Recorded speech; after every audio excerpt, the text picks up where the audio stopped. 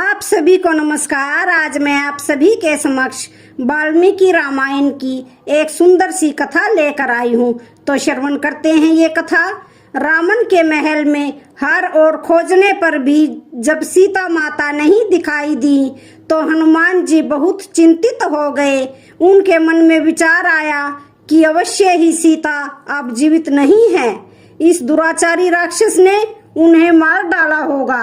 यहाँ की सभी राक्षस दासियां अत्यंत भीषण एवं विकराल हैं।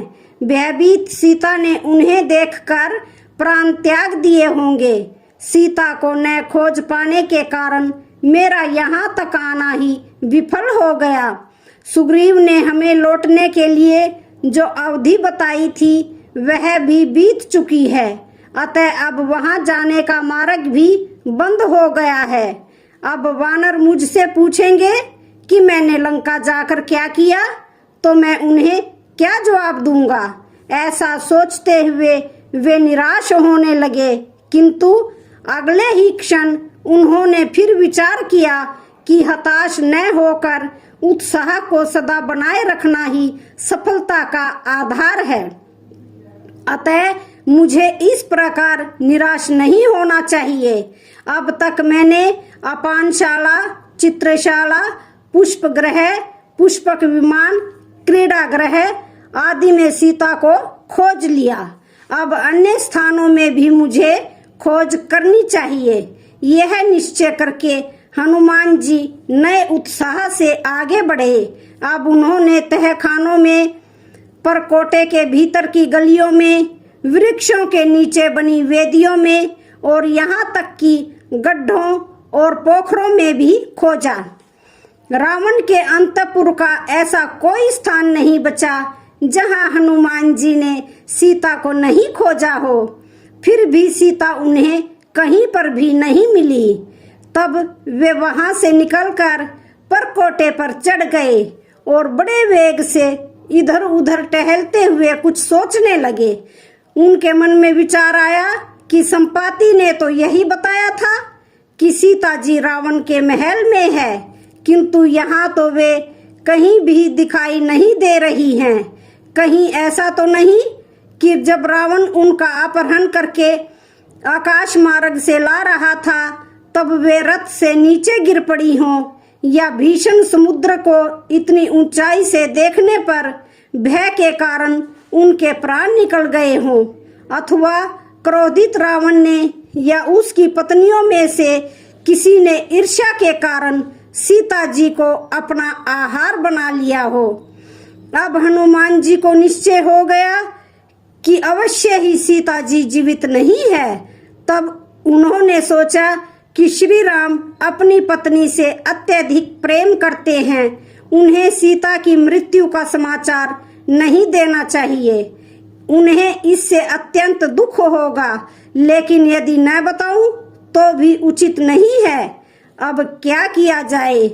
अब तो मैं किष्किंधा भी वापस नहीं जा सकता हूँ। ऐसे में मैं क्या करूँ। अब या तो मैं वानप्रस्थी हो जाऊंगा या फिर जल समाधि लेकर या अग्नि में कूदकर अपने प्राण त्याग दूंगा, लेकिन सीता माता का पता लगाए बिना मैं वापस नहीं लौटूंगा। यह सब सोचते सोचते अचानक हनुमान जी ने सोचा कि उधर एक बहुत बड़ी अशोक वाटिका है जिसमें मैंने अभी तक सीता जी को नहीं खोजा है। अब मुझे वहां भी ढूंढना चाहिए। यह सोचते ही हनुमान जी तुरंत खड़े हो गए और मन ही मन सभी देवताओं को नमस्कार करके अशोक वाटिका की ओर बढ़े और उसकी चार दीवारी पर चढ़ गए। वहां हनुमान जी को साल, नींब, अशोक, बहुवार, चंपा, नागकेसर तथा आम आदि अनेक प्रकार के वृक्ष दिखाई दिए।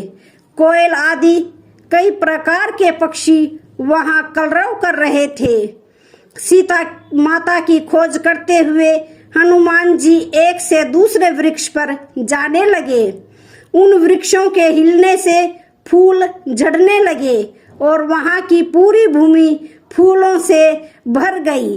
वाटिका में हनुमान जी को उनके सरोवर दिखाई दिए जिनमें कमल खिले हुए थे और चक्रवाक, हंस, पपैया और सारस कलरव कर रहे थे। अनेक नदियां उन सरोवरों को जल से भरा रखती थी। वहां हनुमान जी ने बादल के समान काला और ऊंचे शिखर वाला एक पर्वत भी देखा जिसकी चोटियां बड़ी विचित्र थी। उसमें पत्थर की अनेक गुफाएं थी। उस पर्वत से एक नदी भी गिरती हुई दिखाई दे रही थी। वहां शीतल जल से भरा हुआ एक कृत्रिम तालाब भी था जिसमें श्रेष्ठ मणियों की सीढ़ियां बनी हुई थी और उसमें रेत की जगह मोती भरे हुए थे। विश्वकर्मा के बनाए हुए बड़े बड़े महल और कृत्रिम वन उसकी शोभा बढ़ा रहे थे। फिर हनुमान जी ने एक अशोक का वृक्ष देखा जो चारों ओर से स्वर्ण की वेदिकाओं से घिरा हुआ था।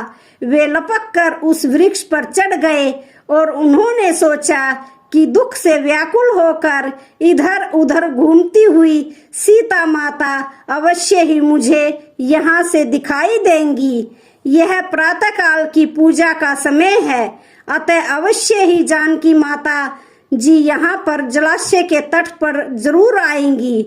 यह सोचकर हनुमान जी उस ऊंचे वृक्ष पर बैठे बैठे आसपास का निरीक्षण करने लगे। वहां से थोड़ी ही दूर पर उन्हें एक ऊंचा गोलाकार मंदिर दिखाई दिया जिसमें 1000 खंबे लगे हुए थे। वह कैलाश पर्वत के समान सफेद रंग का था और उसमें मूंगे की सीढ़ियां व सोने की वेदियां बनाई गई थी। उस मंदिर को देखते देखते उनकी दृष्टि एक सुंदर स्त्री पर पड़ी जो राक्षसियों से घिरी हुई थी। वह स्त्री अत्यंत दुर्बल और कातर दिखाई पड़ रही थी तथा बार बार दुख से सिसक रही थी।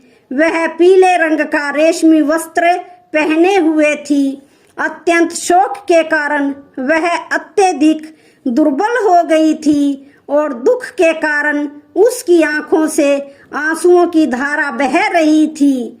उसे देखकर हनुमान जी ने अनुमान लगाया कि अवश्य यही सीता माता है। तब इस अनुमान की पुष्टि करने के लिए उन्होंने उस स्त्री को ध्यान से देखा। सीता ने जो आभूषण वानरों के बीच में गिराए थे उन्हें देख लेने के बाद श्री राम ने बताया था कि अब सीता के शरीर पर कौन कौन से आभूषण बचे होंगे। हनुमान जी ने अब उसी बात की ओर ध्यान दिया। सुंदर कुंडल तथा कुत्ते के दांतों जैसी आकृति वाले त्रिकरण नामक करण फूल उस स्त्री के कानों में सुशोभित थे।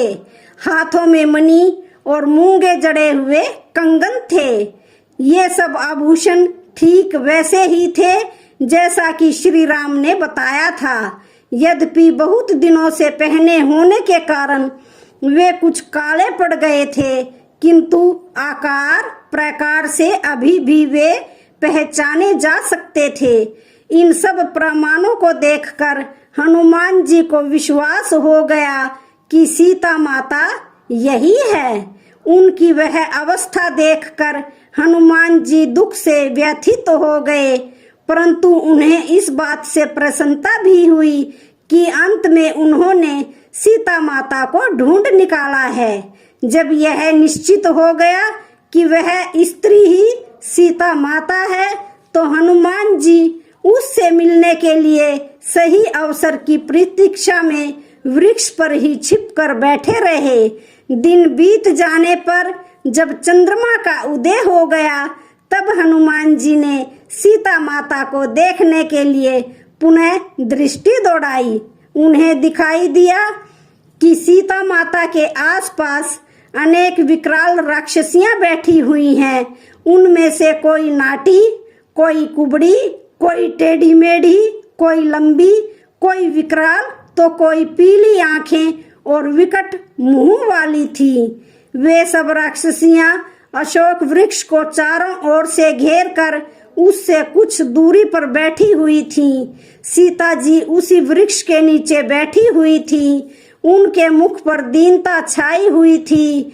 उनकी आंखें शोक में डूबी हुई थी और उनका शरीर बहुत दुर्बल दिखाई दे रहा था। लगभग पूरी रात बीत गई, पर हनुमान जी को सीता जी के पास जाने के लिए उपयुक्त समय नहीं मिल पाया। अब केवल एक पहर की रात बाकी थी। लंका में जो राक्षस वेदों के 6 अंगों शिक्षा, कल्प, निरुक्त, व्याकरण, छंद और ज्योतिष सहित संपूर्ण वेदों के विद्वान थे, उनके घरों से हनुमान जी को वेद पाठ की ध्वनि सुनाई देने लगी।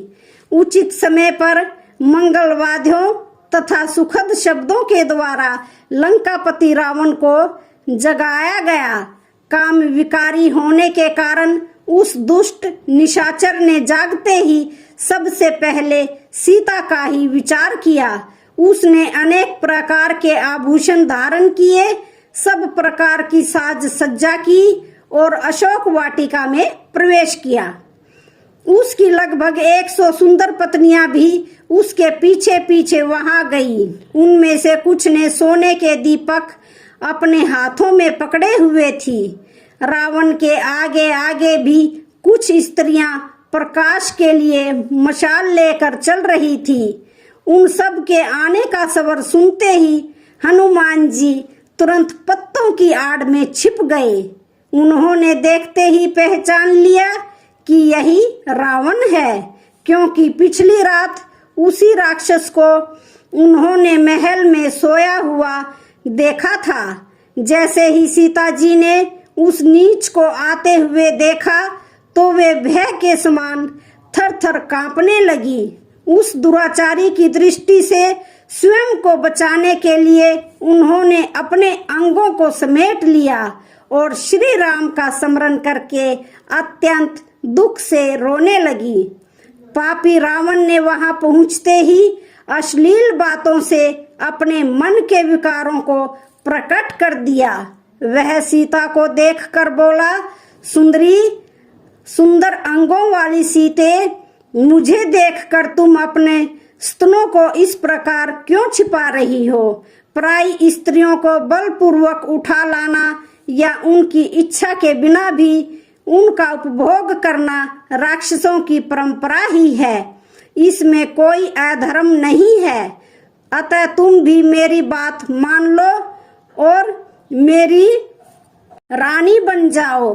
तुम्हें यह सौंदर्य ऐसे मैले कुचैले वस्त्र पहनने, भूमि पर सोने, उपवास करने और चिंता मगन रहने के लिए नहीं मिला है। मुझे स्वीकार करके तुम सुंदर पुष्पमालाओं, चंदन, अगरू, अनेक प्रकार के बहुमूल्य वस्त्र, आभूषण, स्वादिष्ट भोजन, पेय, सुखद शैया, नृत्य गान, संगीत वाद आदि का सुख भोगो। तुम पतिव्रता होने का संकल्प छोड़ो और मेरे इस राज्य की महारानी बन जाओ। मुझे पराजित करना असुरों व देवताओं के लिए भी असंभव है। फिर तुम्हारा पति तो एक तुच्छ मानव है। वह मुझसे युद्ध करने का विचार भी नहीं कर सकता। वैसे भी अपना राज्य और सम्मान गंवाकर वह वन वन भटक रहा है। मुझे तो संदेह है कि अब वह जीवित भी है या नहीं है। तुमको पाना तो दूर, वह तुमको अब कभी देख भी नहीं सकेगा। नीच रावण के ऐसे कलुषित विचार सुनकर सीता माता को बड़ी पीड़ा हुई। उन्होंने दुख के साथ कातर स्वर में कहा, हे पापी, तू पराई स्त्री में मन लगाना छोड़ दे और अपनी पत्नियों से ही प्रेम कर। पराई स्त्रियों के मोह में पड़ने वाला पुरुष सदा ही कष्ट पाता है।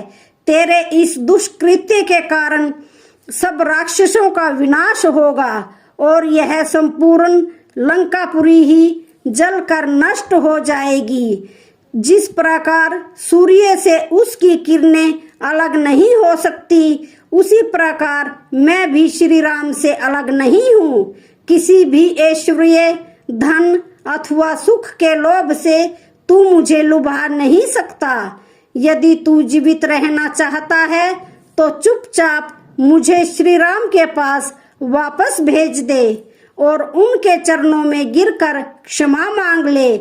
युद्ध में श्री राम और लक्ष्मण के सामने टिकना तेरे लिए असंभव है। ऐसे कठोर वचनों को सुनकर रावण क्रोधित हो गया और उसने कहा, सीता तू पखंडी और तिरस्कार के योग्य है। मेरे इस अपमान के लिए तुझे प्राण दंड दिया जाना चाहिए। फिर भी केवल मेरे मोह के कारण ही तू अभी तक जीवित है। अब विचार करने के लिए तेरे पास केवल 2 महीने का समय शेष है। उसके बाद तुझे मेरी महारानी बनना ही होगा। यदि तूने मुझे प्रसन्न नहीं किया तो मेरे भोजन के लिए रसोइये तेरे टुकड़े टुकड़े कर डालेंगे।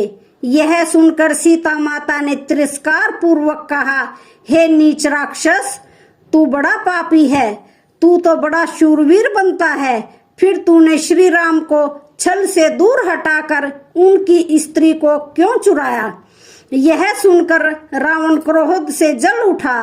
उसकी आंखें अंगारों के समान लाल हो गई और फिर गर्जना के स्वर में वहां उपस्थित राक्षसियों से कहा, निशाचरियों, तुम सब किसी भी प्रकार यह प्रयास करो कि सीता जल्दी ही मेरे वश में आ जाए।